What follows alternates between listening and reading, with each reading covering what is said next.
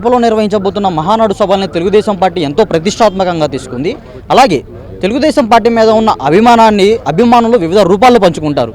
ఇప్పుడు ఎక్కడ చూసినా కూడా కార్ల మీద సైకిల్ బొమ్మతో పాటు పైన సిబిఎన్ గారి బొమ్మ, అలాగే పైన టీడీపీ సింబల్స్, ఇవన్నీ ఇప్పుడు ట్రెండింగ్లో ఉన్నాయి. వీటన్నిటికీ కారణం జెనెక్స్ కార్ షోరూమ్ అధినేత అమర్ గారని తెలిసింది. ప్రస్తుతం అమర్ గారు మనతో ఉన్నారు, ఆయన అడిగి తెలుసుకుందాం.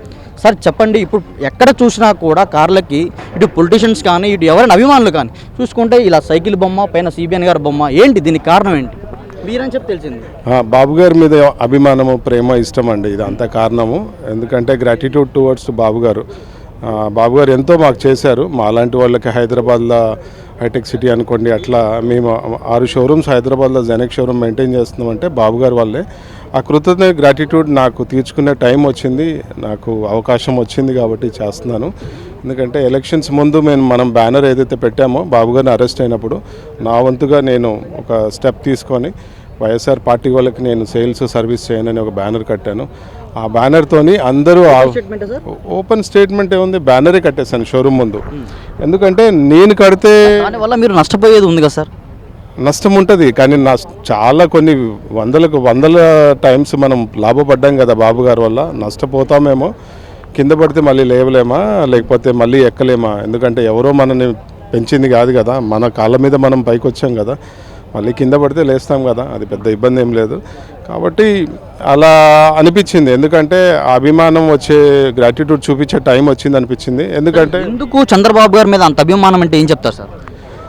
అదేనండి, ఇవాళ రోజు మా పిల్లలు బయట చదువుకుంటున్నారంటే యూకేలా, లేదంటే ఇవాళ రోజు నేను ఒక రైతు కుటుంబం నుంచి వచ్చినవాడిని. My father is a farmer. నేను ఇవాళ రోజు ఈ స్టేజ్లో ఉన్నాను, నాకు 6 షోరూమ్స్ ఉన్నాయి, నాకు పేరు హోదా వచ్చిందంటే ఆ మాదాపూర్లో నేను బిజినెస్ చేసి సెటిల్ అయినాను. కాబట్టి ఆ మాదాపూర్ ఎలా డెవలప్ అయింది? మాదాపూర్ ఒక విలేజ్ కదా, ఇవాళ అది సిటీ ఎలా డెవలప్ అయింది? బాబు గారు వేసిన 99లో ఆ స్టెప్ వల్లే కదా, ఆ స్టోన్ వేయటం వల్లే ఇలా ఆ హైటెక్ సిటీ, గచ్చిబౌలి, అవన్నీ ఆ ఫైనాన్షియల్ డిస్ట్రిక్ట్స్ అవి ఎక్స్పాండ్ అవ్వటము, దాంతోపాటు అన్ని రాష్ట్రాల నుంచి, అన్ని దేశాల నుంచి అక్కడ వచ్చి సెటిల్ అవ్వటము, దానివల్ల అన్ని బిజినెసెస్ మాలాంటి వాళ్ళు గ్రో అవటము. అరెస్ట్ అయిన తర్వాత నాకు అనిపించింది అంటే, నేను పర్సనల్గా అబ్జర్వ్ చేసింది ఏంటంటే, అందరూ ఏం చేస్తున్నారు అని అంటే సంఘీభావంగా వాళ్ళ ఇంట్లోనే చేస్తున్నారు అని అంటే బాధపడుతున్నారు, ఓన్ చేయకుండా ఉంటున్నారు, డిఫరెంట్ వేలో ఏడుస్తున్నారు, అంతేగాని బయటికి ఎవరు రావట్లేదు. అదే వైసీపీ వాళ్ళు కానీ వేరే పార్టీ వాళ్ళు అయితే తగలపెట్టేసేవాళ్ళు, స్టేట్నే తగలపెట్టేసేవాళ్ళు.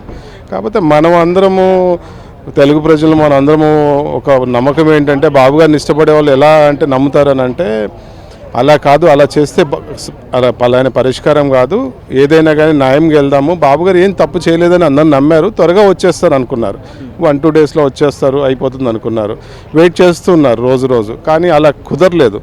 ఎందుకంటే అది ఒక గేమ్ అనేది అర్థమైంది, పొలిటికల్ గేమ్ అనేది అర్థమైంది. దానివల్ల నా వంతుగా నేను అలా చేశాను. ఎందుకంటే నేను బ్యానర్ పెడితే దానికి ఆ వెయిట్ ఎందుకు ఉంటుందంటే, ఈ వైసీపీ వాళ్ళు లైక్ కొడాలి నాని కానీ, వంశీ కానీ, వీళ్ళంతా నా కస్టమర్స్.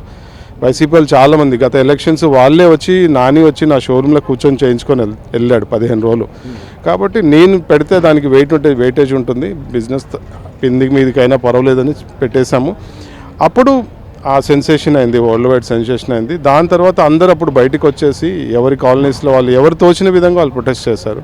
క్యాండిల్ ర్యాలీస్ అనుకోండి, మెట్రో ర్యాలీ అనుకోండి, ఆ గ్రాటిట్యూడ్ ఈవెంట్ కూడా మా వంతుగా ఒక పిల్లర్ అయినాము దానికి. ఇప్పుడు మీరు చెప్పారు వల్లంనేని వంశీ గారు కానీ, కొడాలి గారు కానీ మీకు అప్పుడు మీ కార్ షోరూమ్కి వచ్చి చేయించుకునే వాళ్ళని. మరి తర్వాత ఎప్పుడైతే బ్యానర్ కట్టి ఓపెన్ స్టేట్మెంట్ ఇచ్చిన తర్వాత వాళ్ళు ఎప్పుడు మీకు ఫోన్ చేయలేదా, ఏంటి ఇలా పెట్టారు ఏంటి అనేది? పెట్టారండి, ఫోన్ చేశారు. బట్ ఇంకేంటంటే వన్ తీసేసుకున్నానండి డెసిషను. ఆ డెసిషన్కి ఇంకా కట్టుబడి ఉన్నాను. తర్వాత చాలామంది వైసీపీ లాస్ట్ ఎలక్షన్స్కి చాలామంది అడిగారు, బట్ నేను ఒక స్టాండ్ తీసుకున్నానండి, ఇంకా నేను చేయనండి అని చెప్పేశాను. దానికి చాలా బిజినెస్ లాస్ అయింది. ఇంకా దాని తర్వాత అప్పుడు గ్రాటిట్యూడ్ ఈవెంట్ అయింది, మీకు తెలిసిందే. గ్రాటిట్యూడ్ ఈవెంట్లో మా వంతుగా నేను చేశాను. ఎందుకంటే హైదరాబాద్లో జరిగిన పలు కార్యక్రమాలకి అందరికీ అంబిత్ సిబిఎన్ అనే స్టిక్కర్స్ కానీ, మనం ప్లకార్డ్స్ కానీ మన వంతుగా మన సహాయం మనం చేశాము. గ్రాటిట్యూడ్ ఈవెంట్లో కూడా మన వంతుగా మనం హైదరాబాద్ నుంచి పీపుల్ అందరిని తీసుకెళ్తాము, మన వంతుగా మనం చేశాము.